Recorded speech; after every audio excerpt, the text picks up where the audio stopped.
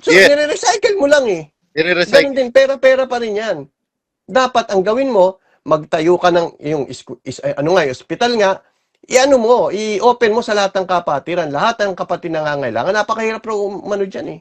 Yun ang sabi sa akin, kapag kapatid ka na at ilang beses, yung ano mo, yung eskwelahan mo, yung eskwelahan niya, kailangan makapasa ka pa sa entrance exam dun eh. Kapag hindi ka rin pwede mag-scholar eh, di ba? Ewan ko kung totoo yun ha.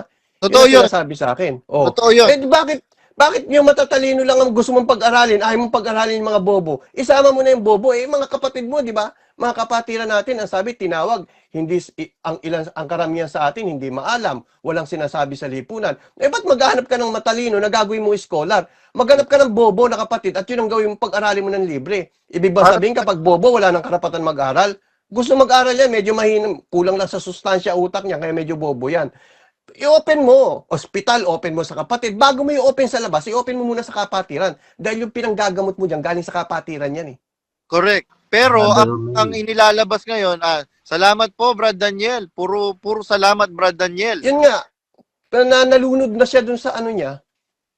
Nakakalunod kasi yung papuri yung yung appreciation. Ultimo yung multo dun sa aparit, hindi niya sinaway yun. Dapat sinaway niya yun eh.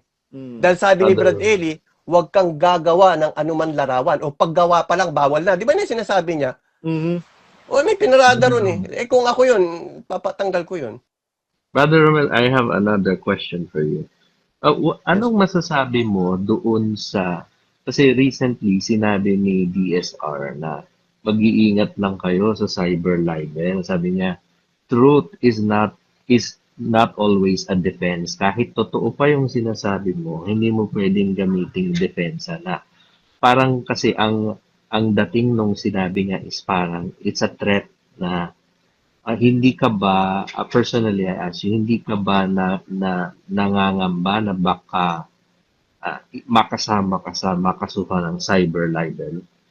Alam nyo, brother, political vlogger po ako at ni-research ko ang cyber libel. At ako, may 6 na cyber libel po ako ngayon. Kaya hindi nila ako pwedeng takutin. Alam ko yung tinatawag na public figure. May public figure na tinatawag. Yung sinasabi po ninyo na truth is not a defense, sa private person po yan. Kasi private siya eh. Pinapahiya mo siya, kahit na totoo yung sinabi mo, pinapahiya mo siya, cyber libel po yun. Pero kapag public figure ka o politician ka, inopen mo yung sarili mo sa public, kahit ang depensa sa'yo, katotohanan. Kapag totoo yung sinasabi at private person ka, hindi ka pwedeng kasuhan. Pero pwede kang sampahan ka na kaso sa korte. Pwede yon. Pero yung para manalo ka, napakaliit ng tsansa na makonvict sa cyber libel. Yun. Thank you, Brother Romel, kasi wala akong alam sa mga law sa Pilipinas. But thank you. I think na-appreciate yan ng mga nakikinig ngayon for clarifying. Pag private po, yun po ang delikadong sabihan ng hindi maganda. Pero kapag public figure ka, lalo na si Kuya, nasa media yan eh. Public figure po si Kuya at hindi siya pwedeng maging balat sibuyas. Yeah. Thank you for clarifying that, brother. Hindi lang Brad Ace, mga kasabat lang, Brad Romel. Hindi lang yung mga kapatid na nanonood ang naka-appreciate. Especially ako. Kasi ako talaga yung target ni Daniel Rason. Hindi po kayo pwedeng makonvict. Actually, Brad Romel, marami pong nagme-message sa aking mga closet at saka Exeter na lawyer. Ang sinasabi po nila, brother, malabo yung pinapanakot ni Daniel Rason sa'yo. Para siyang kumuha ng martilyong ipupukpok sa ulo niya. Kasi merong tinatawag sa lengguwahe namin bilang mga abogado, yung prima facie.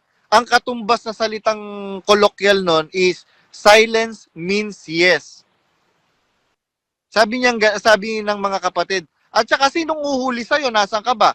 Are you in the jurisdiction of our republic? Wala ka naman sa Pilipinas eh. Ang uhuli sa'yo, pulis pang Kalawakan. Sinong kokontakin niya? Si Scheider. Ginagamit po kasi ang cyber libel pang intimidate sa mga vlogger, sa mga gusto magsalita para sila ma-intimidate sila, hindi na sila gumawa ng mga bagay na ikasisira nung kabila kahit totoo. Correct. Ginagamit nila. Tulad nga na sinabi ko, 6 po ang cyber libel ko. Kakapiyansa ko lang. kaya nga sabi ko, Brad Romel, excuse me sa'yo, alam ko hindi ka naman sabi mo nga hindi ako galit sa Brad Daniel. Nag-aano lang ako, nagtatanong lang ako, bakit ano bang nangyayari ngayon? Ay, ito sinasabi ko, excuse me sa'yo, Brad Romel. Kaya nga sinasabi ko, napakabobo nitong Daniel Rason na ito. Tinakot niya pa ako, akala niya matatakot ako. Biruin mo dun sa 20 taong mahigit na paninilbihan ko sa pamilya niya, naubos na lahat ng takot ko.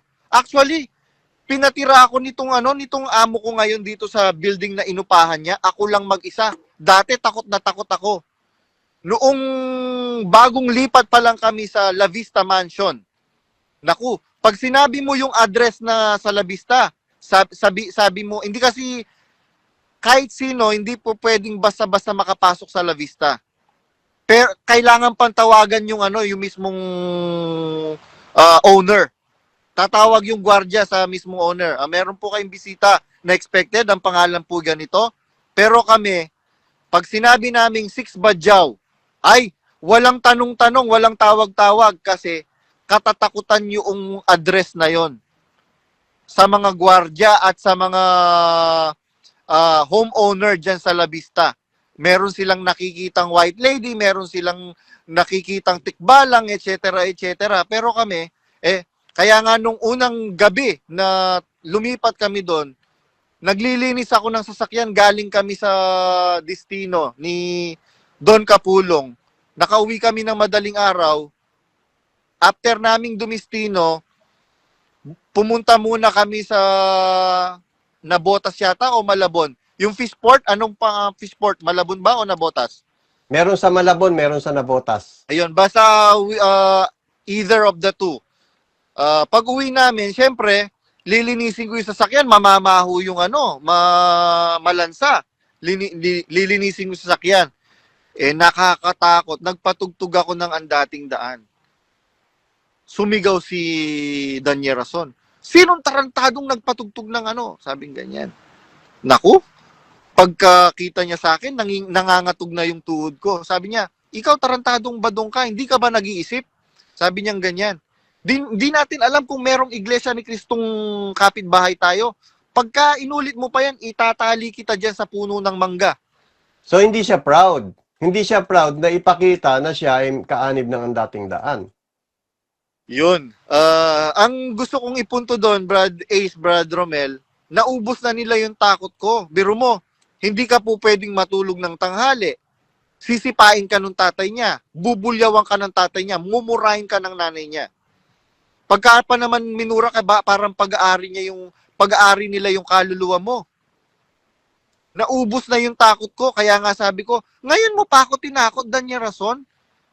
At ito, brother, yung sinasabi mo na minumura ka ni Kuya, yun po ba ay meron po bang iba nakakaalam nun bukod sa inyo? Kasi Yes. sasabihin nila na baka Yes. mamaya sinisiraan mo lang si Kuya. Yes, hindi lang naman ako minumura eh. Yung mga kasama namin, minumura. Kaya nga, sabi ko nga, Ate Pepot. Kaya nga nagbabanggit ako ng pangalan eh. Ate Pepot. Ate Mayo, Sunga. Ganda, Sorilla. Sino pa ba? Kawaning Daplis. Yung asawa ni Ate Pepot, Sunga. Si Brad Mike Saringan. Marami pang iba at marami pang iba. Alam nyo yan na minumura tayo. Ngayon, yung bay paninira, kaya nga nagbabanggit ako ng pangalan eh. Those people na mine-mention ko, those are private people. Pwede nila akong idemanda. Brother, thank you, Diana Badbadang. Brother Yeah. Romel, I have another question for you. Why do you think, as a political blogger, why do you think a preacher such as DSR need to resort to threat ng cyber libel instead of answering doctrinal differences or yung mga doctrinal errors? Inis na i-defend niya yun, itatag niya kamukha ng ginawa ng mga apostol nung una, itinatanyag nila yung truthfulness ng dala nilang aral, kailangan mag-result sa threat ng cyber libel. Para manahimik Gusto kanilang patahimikin tulad ni Brad Badong kung totoo lahat ng sinasabi ni Brad Badong at meron siyang ebidensya, ako man na nasa kalagayan ni Kuya Daniel, kakasuhan ko siya para matakot at manahimik. Yun yung pinaka main reason. Ikalawang reason, tatambakan ka ng kaso hanggang sa tulad ko, ako tinambakan ako ng kaso 40 counts eh. Kung yung 40 counts na yun pumasok yun, nasa 2 milyon yun. So kung ako walang pera, magiging wanted na lang ako, magtatago na lang ako hanggang sa mawala na ako. Yun yung ikalawang gagawin nila. Tatambakan ka ng kaso para magpiyansa ka at kung wala kang pera, hindi ka makapagpiyansa, manahimik ka. Yun lang yun, para manahimik. Kaya lang, It's to silence the detractors. Thank you, Badro. ayun, ang ganda ng mga punto mo. Kaya ang dami naming natututunan sa iyo, Brad Romel, eh. Kasi marami kang punto na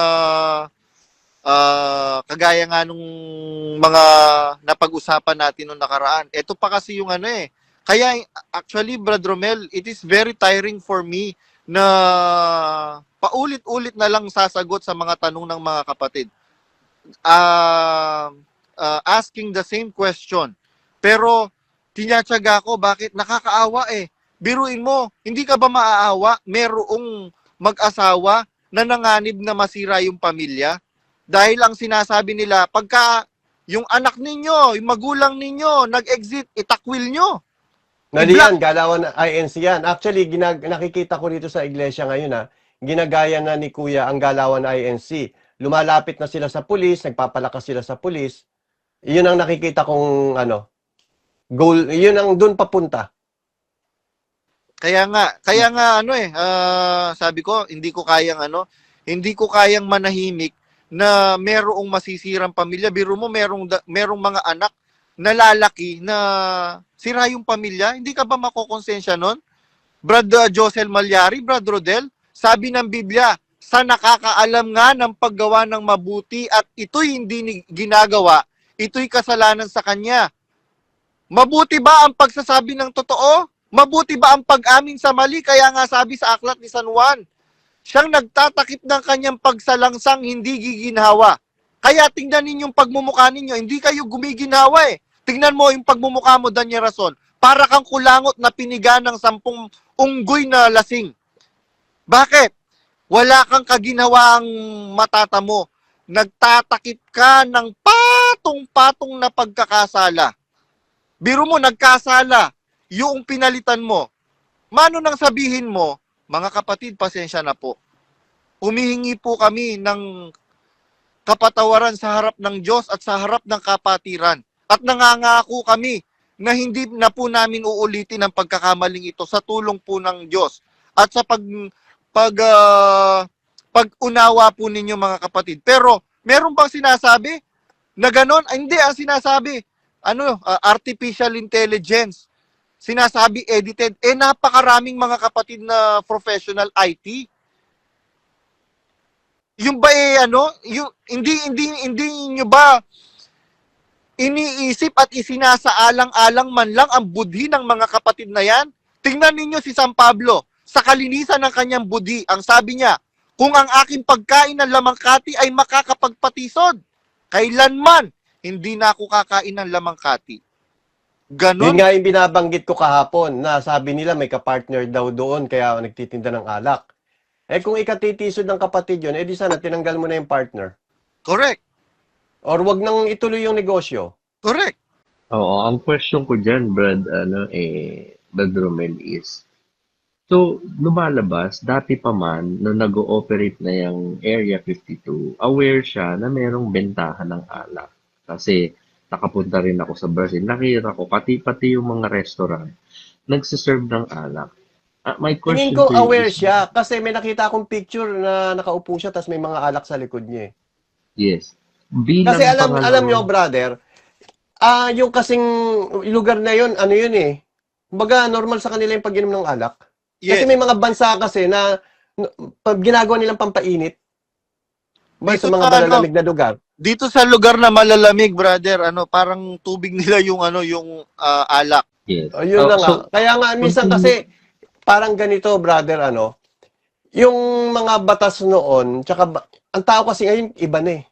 Iba na ang tao ngayon. So, tingin ko yung batas ng Diyos nag-a-adjust din eh. Nagbibigay din siya ng pataan sa mga tao. Oo, Di ba? comfort Ewan ko ha, food sa akin lang yun ha. Kasi Totoo iba yung yun. tao noon, iba yung tao ngayon eh. Totoo Kaya yun, brother. ang kademonyohan ngayon mas mataas na eh. So kung ang batas talagang hihigpitan mo, wala makaliligtas.